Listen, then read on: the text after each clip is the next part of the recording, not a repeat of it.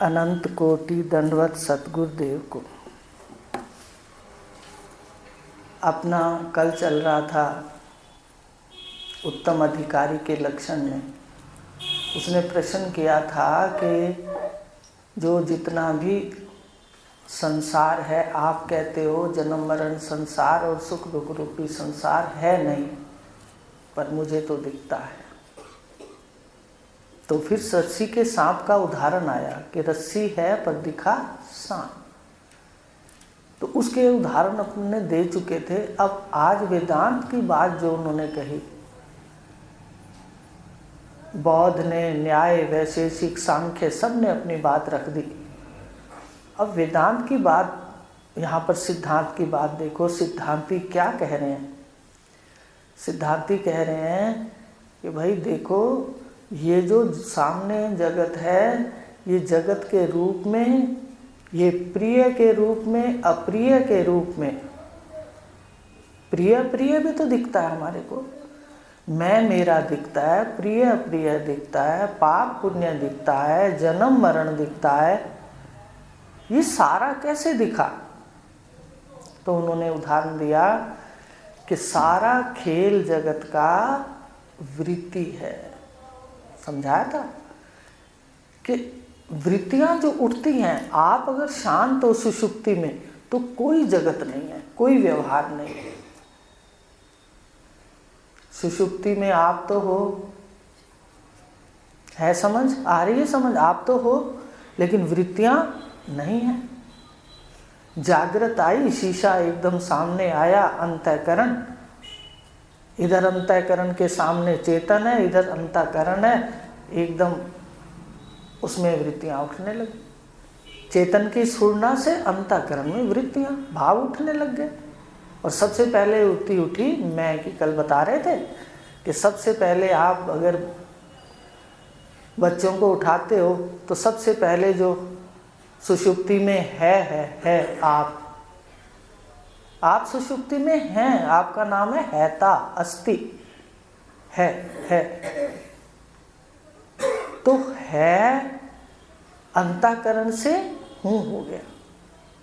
आपकी जागृत अवस्था आई, अंतःकरण प्रकट हुआ, जो सोया हुआ था, जो शीशा औंधा था, वो सीधा हो गया। तो है हूँ के रूप में भाषा। अब आप एक बार उठाओ बच्चे को, सबसे पहले वो कुछ नहीं बोलेगा, हूँ बोलेगा। उठते क्या उठी? सबसे पहले हूँ उठी। और फिर उसने कहा मैं अभी नहीं उठता, मैं उठी। हूँ के बाद मैं, और फिर यह उठा, ये शरीर।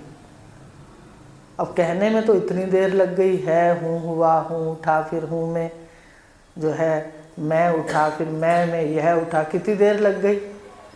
कहने में तो बहुत देर लगी, पर जब सुबह ये कार्य होता है, एक क्षण लगता है। सीधा है हूँ मैं यह। अब यह बैठ करके स्त्री हूँ, पुरुष हूँ, सारे स्मरण हो गए, सारे रिश्ते नाते याद आ गए। हमने सारा का सारा काम किया। जो सारे रिश्ते नाते आकाश तत्व में लीन थे, शून्य में लीन थे, एकदम स्मरण हो गए, बस स्मृति आ गई। तो अब अंतःकरण से वृत्ति जो उठी, वो अंतःकरण से बाहर निकली और नेत्रों के माध्यम से बाहर आई विषय में, विषय देश तक। बाहर विषय है। कौन सा देश है ये विषयों का देश है। यहाँ विषय बिकते हैं और हम खरीदते हैं। देखा करो कितनी सुंदर विद्या है। और विषय देश तक आई वृत्ति।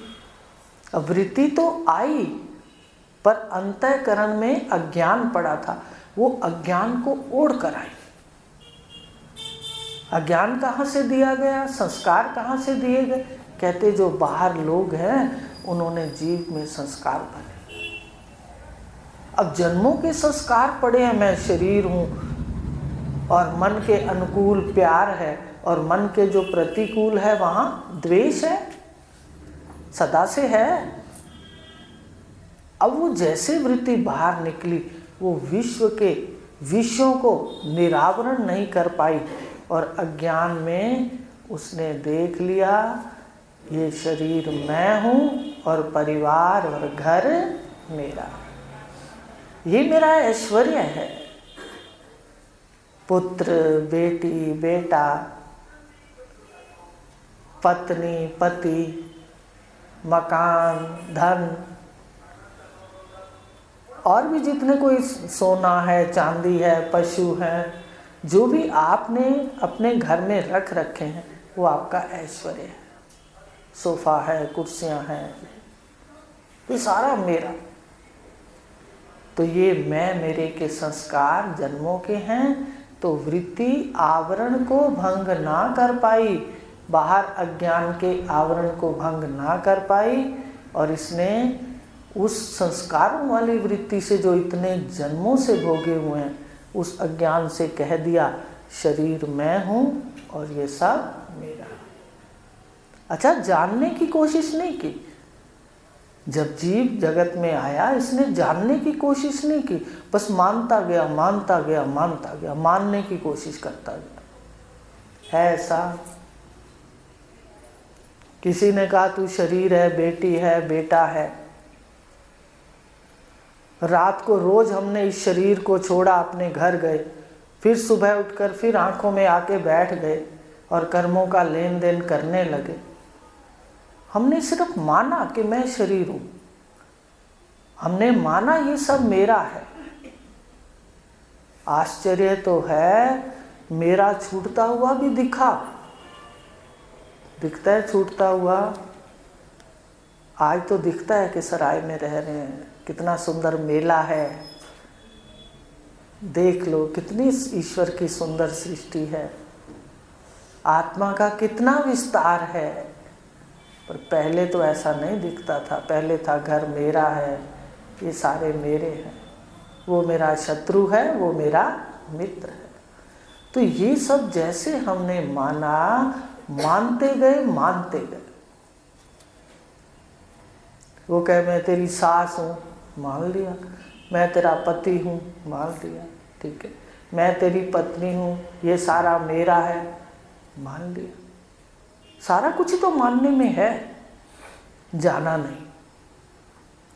अब गुरुदेव कह रहे हैं यहाँ तक मान लिया कि पूछो तू कौन से गुरु को मानती है, क्या कहते हो।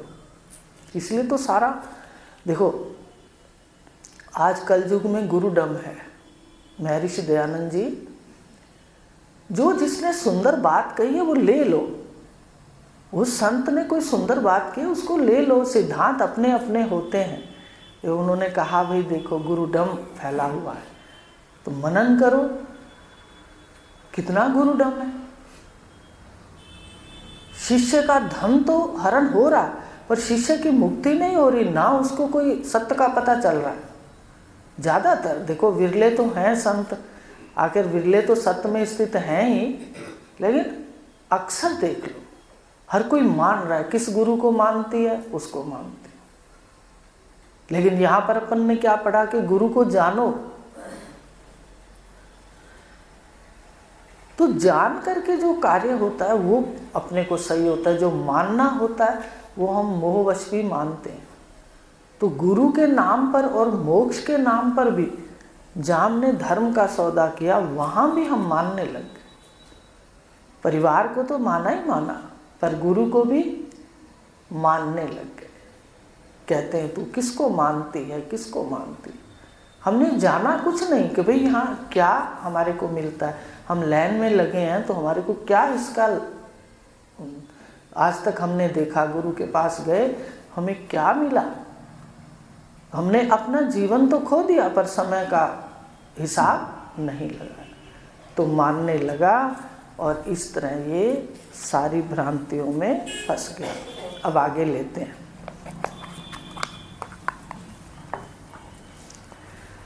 अब यहाँ पर गुरुदेव कहते हैं भाई आपने, जैसे उन्होंने उदाहरण दिया कि रस्सी में सांप दिखता है तो सबसे पहले बाहर अंधकार होता है, बताया था कल।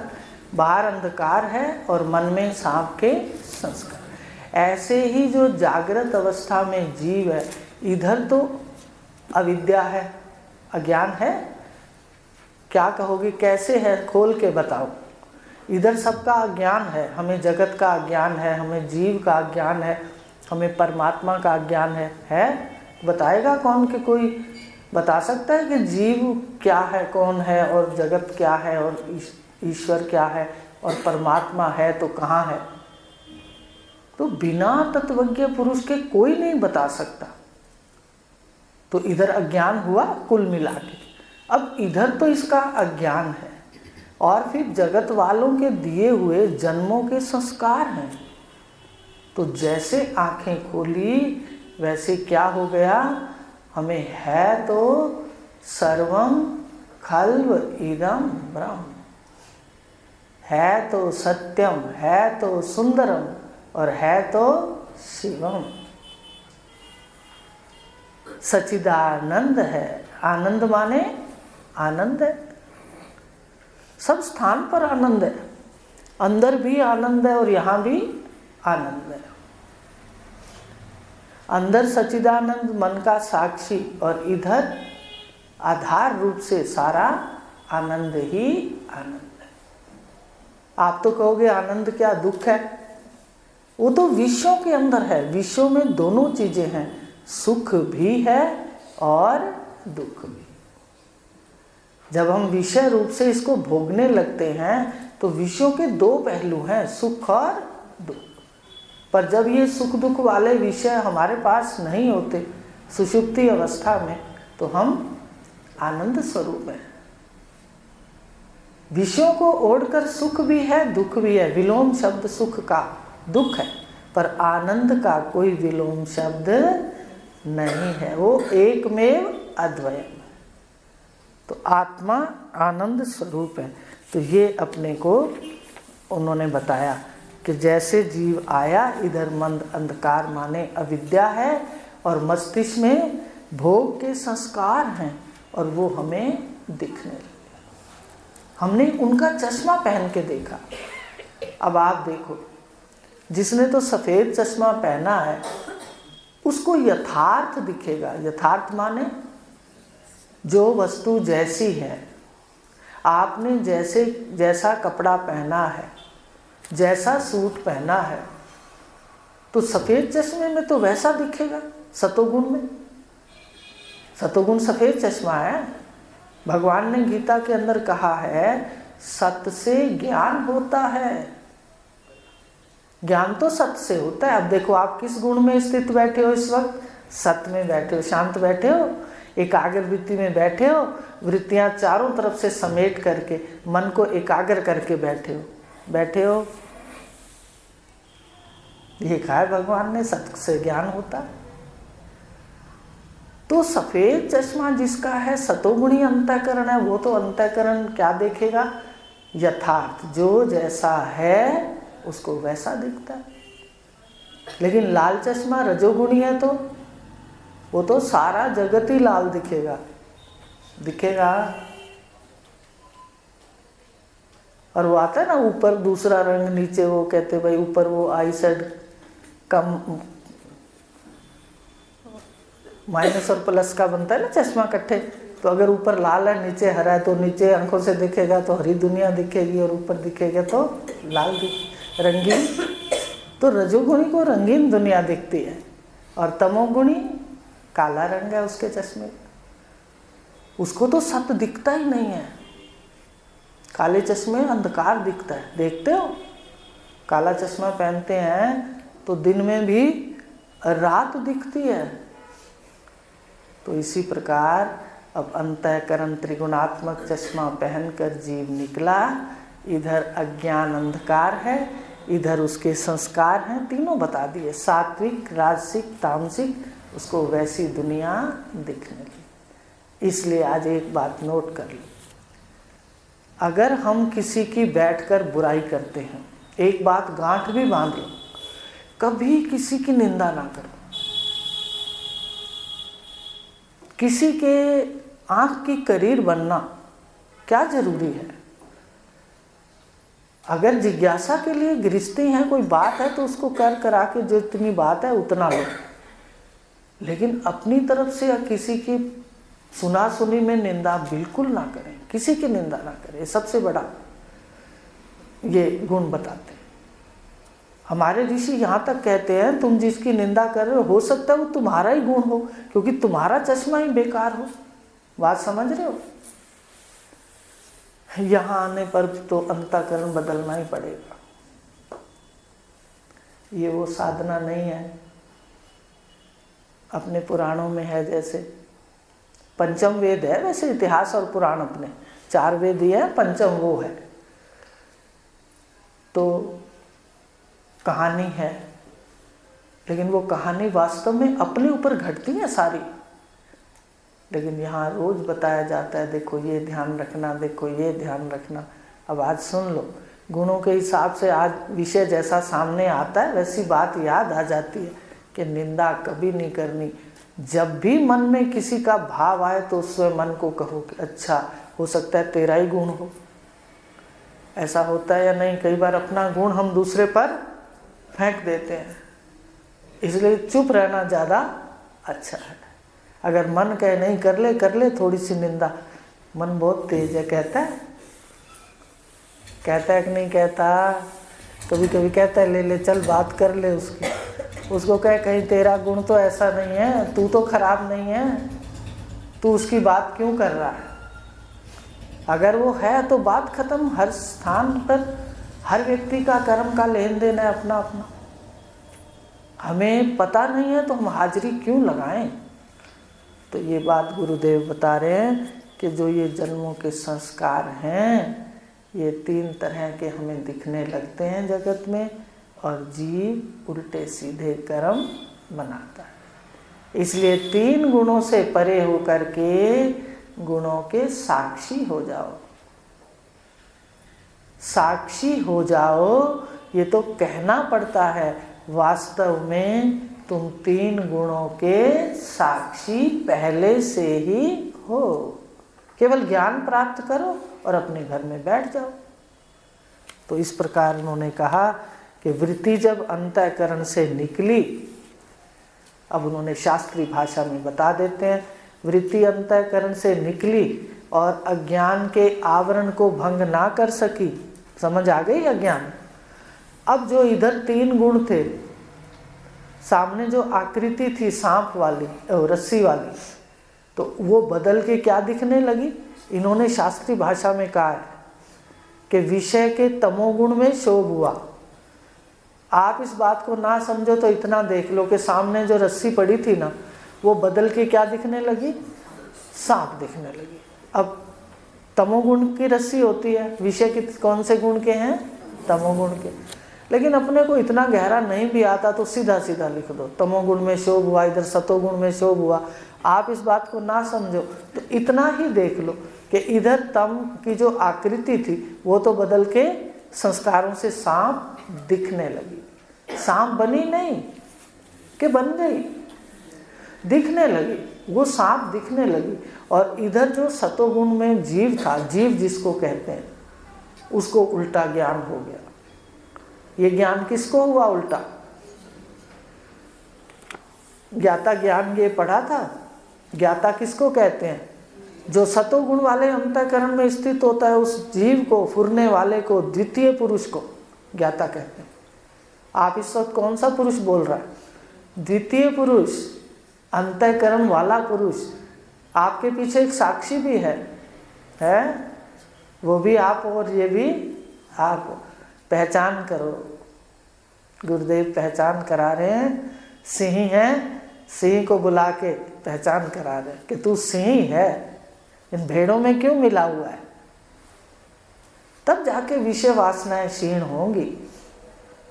नहीं तो ऐसे तप रहा है जीव, कभी कहाँ मारे खा रहा है परिस्थितियों की, कभी कहाँ।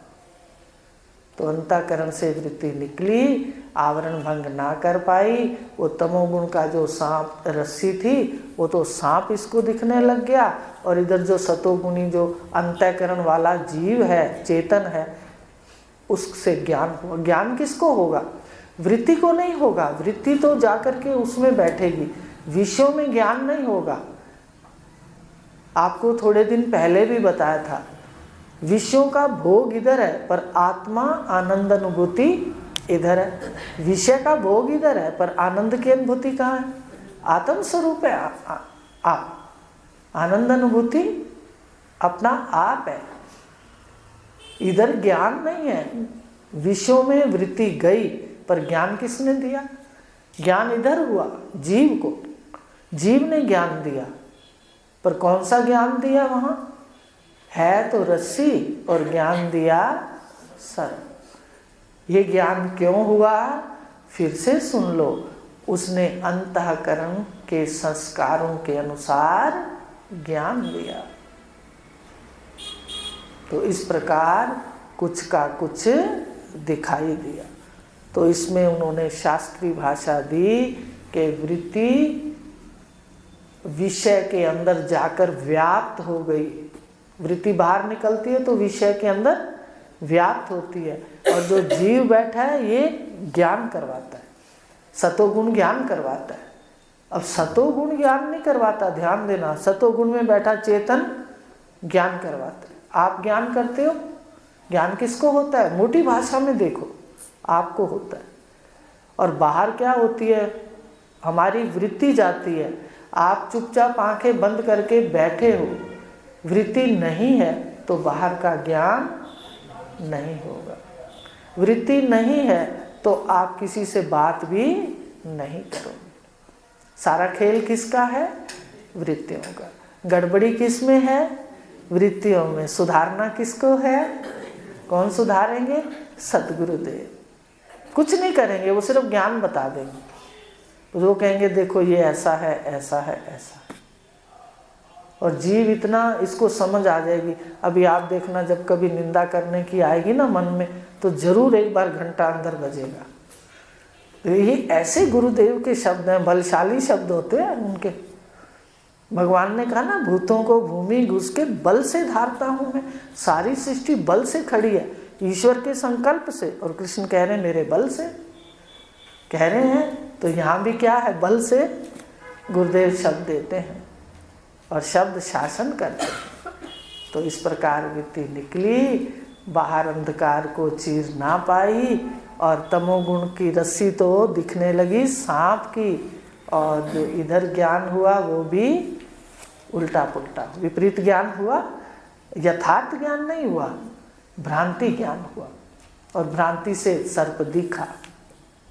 अब क्या कहा आगे कि जब सर्प दिखा एकदम भय लगा, सर्प सच्चा दिखा।